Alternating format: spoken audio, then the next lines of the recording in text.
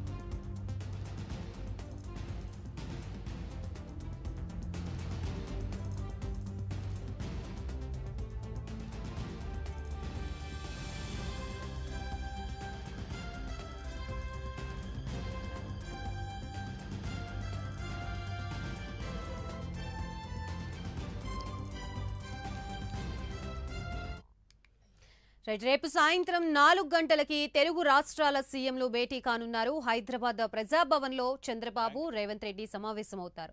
తొలిసారి విభజన అంశాలపై ముఖ్యమంత్రులు చర్చించనున్నారు. ప్రధానంగా షెడ్యూల్ 9, 10లోని సంస్థల విభజనపై చర్చ జరగనుంది. విద్యుత్ బకాయిలపై చర్చించే అవకాశం ఉంది.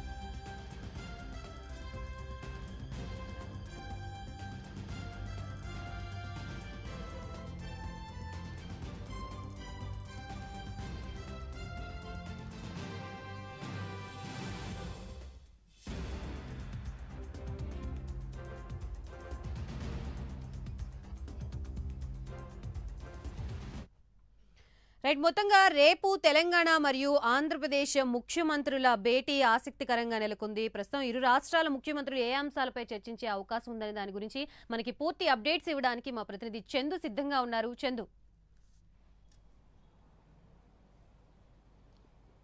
గాయత్రి, రేపు సాయంత్రం 4 గంటలకు ప్రజాభవన్లో AP CM Chandrababu Naidu, Telangana CM Revanth Reddy ఇరువురు కూడా భేటీ కాబోతున్నారు. ముఖ్యంగా విభజన 10 ఏళ్ల పాటు పెండింగ్లో ఉన్నటువంటి విభజన సమస్యలను పరిష్కరించడమే ధ్యేయంగా కూడా ఇరువురు భేటీ ఉండబోతున్నట్టుగా కూడా మనకు తెలుస్తూ ఉంది. ముఖ్యంగా చూసినట్టయితే ఏపీ విభజన చట్టం ప్రకారం 9, 10 షెడ్యూల్లో అంశాలు కూడా ప్రస్తావనకు అయితే రానున్నాయి. ముఖ్యంగా చూసినట్టయితే 9వ షెడ్యూల్లో 91 సంస్థలు, అదేవిధంగా షెడ్యూల్ 10లో 142 సంస్థలు కూడా ఉన్నాయి. ముఖ్యంగా 9వ షెడ్యూల్లో ఆస్తులు, అప్పుల పంపకానికి సంబంధించినటువంటి అంశాలు ఉన్నాయి. అప్పుడే ఇంతకుముందే వీటికి సంబంధించి షీలా బీడే కమిటీని కూడా అప్పుడు వేశారు. ఈ కమిటీ చాలాసార్లు సిట్టింగ్ నిర్వహించిన తర్వాత కొన్నిటికి పరిష్కార మార్గం చూపింది, కానీ కొన్నిటికి పరిష్కార మార్గం చూపలేకపోయింది. ఈ నేపథ్యంలో గత 10 ఏళ్లుగా కూడా పెండింగ్లో ఉన్నాయి. ముఖ్యంగా 25 కార్పొరేషన్లపై ఇప్పటివరకు కూడా ఏకాభిప్రాయం అయితే కుదరలేదు. రేపు జరిగేటువంటి ముఖ్యమంత్రి సమావేశంలో దీనిపై ప్రధానంగా చర్చ వచ్చే అవకాశం అయితే మనకు కనిపిస్తుంది. మరోవైపు హైదరాబాద్లోని భవనాలు, అదేవిధంగా క్వార్టర్స్ కూడా అంశం కూడా పెండింగ్లోనే ఉంది. ముఖ్యంగా లేక్ వ్యూ అతిథి గృహం, సిఐడి కార్యాలయం, అదేవిధంగా హెర్మిటేజ్ కాంప్లెక్స్ ఇవి ఏవైతే ఉన్నాయో ఇవి ఏపీ అవసరాల కోసం కూడా కేటాయించారు. ముఖ్యంగా జూన్ 2వ తేదీన 10 ఏళ్లు పూర్తయిన నేపథ్యంలో ఇవన్నీ కూడా తెలంగాణలోనే ఉండిపోయాయి. వీటిని స్వాధీనం చేసుకోవాలని కూడా ముఖ్యమంత్రి రేవంత్ రెడ్డి అధికారులను ఆదేశించారు.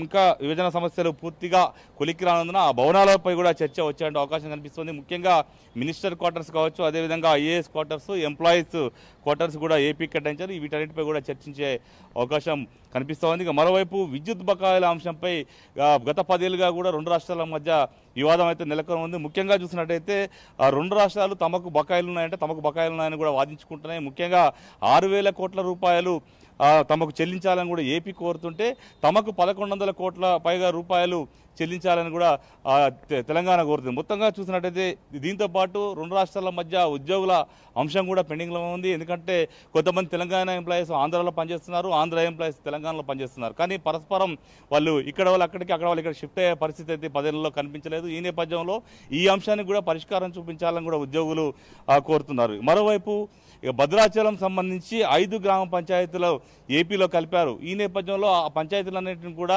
తెలంగాణలో కలపాలని డిమాండ్ 10 ఏళ్ళుగా వస్తుంది. ఇప్పటికే దానికి సంబంధించి అక్కడ ఆయా గ్రామ పంచాయతీలకు సంబంధించినటువంటి ప్రజలంతా కూడా పలువురు ప్రజాప్రతినిధులను కలిశారు. తాజాగా మంత్రి తుమ్మల నాగేశ్వరరావు కూడా కలిసినట్టు పరిస్థితి. మరోవైపు పొంగులేటి శ్రీనివాసరెడ్డిని కలిసి తాజాగా వాళ్ళు ఒక లేఖ ఇచ్చి ఖచ్చితంగా ఈ అంశంపై రేపు ఏదైతే ముఖ్యమంత్రుల భేటీలో చర్చించే విధంగా రేవంత్ రెడ్డితో చెప్పాలని కూడా వాళ్ళు చెప్పిన పరిస్థితి మనకు కనిపించింది. ఎందుకంటే ఇప్పటికే ఆ పంచాయతీలు ఏదైతే ఉన్నాయో ముఖ్యంగా ఎటపాక, గుండాల, పురుషోత్తమపట్నం, కన్నాయగూడెం, పిచ్చుకలపాడు గ్రామ పంచాయతీలు ఈ డిమాండ్ను అయితే ఖచ్చితంగా చాలా కాలంగా వినిపిస్తున్న నేపథ్యంలో ఖచ్చితంగా ఈ పంచాయతీలను తెలంగాణలోనే కలపాలని కూడా కోరుతున్న పరిస్థితి మనకు కనిపిస్తోంది. ఇక మరోవైపు నీటి వాటాల అంశానికి సంబంధించి గత 10 ఏళ్ళుగా వివాదం చోటు చేసుకుంది. పలుసార్లు ఘర్షణలు కూడా చోటు చేసుకున్న పరిస్థితి మనకు కనిపిస్తోంది. ఎందుకంటే కృష్ణానది జలాల్లో మొత్తంగా 811 టీఎంసీల నీళ్లు ఉంటే ఇందులో 299 టీఎంసీ తెలంగాణకు, 512 టీఎంసీలు ఏపీ కేటాయించారు. అయితే దీనికి తెలంగాణ తీవ్రంగా వ్యతిరేకిస్తుంది. ఖచ్చితంగా 50% వాటా, నీటి వాటాను కూడా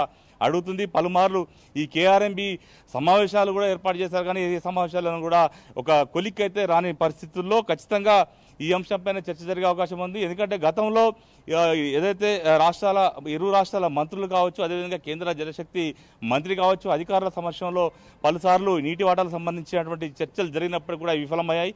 ఇప్పుడు ఇరు రాష్ట్రాల ముఖ్యమంత్రులు కూర్చుంటున్నారు కాబట్టి ఖచ్చితంగా దీనిపై ఏదో ఒక అంశం తేలేటువంటి పరిస్థితి మనకైతే కనిపిస్తూ ఉంది. మరోవైపు విభజన సమస్యలకు సంబంధించి చాలా పెండింగ్లో ఉన్న పరిస్థితుల్లో ఇప్పటికి 31 సార్లు కేంద్ర హోంశాఖ దగ్గర కూడా సమావేశం అయితే జరిగింది. 2 సార్లు సీఎంల స్థాయిలో భేటీలు నిర్వహించారు. మరోపు ప్రధాన కార్యదర్శులు కూడా సమావేశాలు నిర్వహించినప్పటికీ కూడా ఏ ఒక్క అంశాలు కూడా కొలిక్కి రాని పరిస్థితుల్లో ఖచ్చితంగా ఒక సమస్యకైతే పరిష్కారం చూపించుకోవాలి. ఒక సహృద్భావ వాతావరణంలోనే ఖచ్చితంగా చర్చలు చేసుకోవాలనే ఒక నిర్ణయానికి కూడా ఇరు రాష్ట్రాల ముఖ్యమంత్రులు వచ్చిన నేపథ్యంలో ఖచ్చితంగా రేపు జరగబోయే సమావేశంలో వీటన్నిటికీ ఒక పరిష్కారం దొరుకుతుందనే ఆశాభావాన్ని ప్రతి ఒక్కరు కూడా వ్యక్తం చేస్తున్నారు. ఎందుకంటే 2 తెలుగు రాష్ట్రాలు పరిపాలనలో ముందుకు వెళ్ళాలి, ఖచ్చితంగా పరస్పరం సహకరించుకు ముందుకెళ్లాలని నిర్ణయించుకునే నేపథ్యంలో ఇప్పటికే అటు ముఖ్యమంత్రి రేవంత్ రెడ్డికి అటు ఏపీ సీఎం చంద్రబాబు నాయుడు లేఖ రాశారు. ఆ లేఖకు సీఎం రేవంత్ రెడ్డి కూడా రిప్లై ఇచ్చారు. ఖచ్చితంగా సమస్యలు సామరస్యపూర్వక వాతావరణంలో చర్చించుకుందామని చెప్పారు. కాబట్టి ఖచ్చితంగా ఈ అన్ని విభజన సమస్యలన్నింటికి పరిష్కారం దొరుకుతుందనేటువంటి ఒక ఆశాభావాన్ని అయితే తెలంగాణ ప్రజలు కూడా వ్యక్తం చేస్తున్నారు, ఏపీ ప్రజలు కూడా వ్యక్తం చేస్తున్న పరిస్థితుల్లో ఖచ్చితంగా ఈ సమస్యల పరిష్కారం దొరికితే 2 రాష్ట్రాలు కూడా అభివృద్ధిలో ముందుకు వెళ్ళేటువంటి అవకాశం అయితే మనకు స్పష్టంగా కనిపిస్తోంది. Gayatri, right, thank you for the complete update Chandu.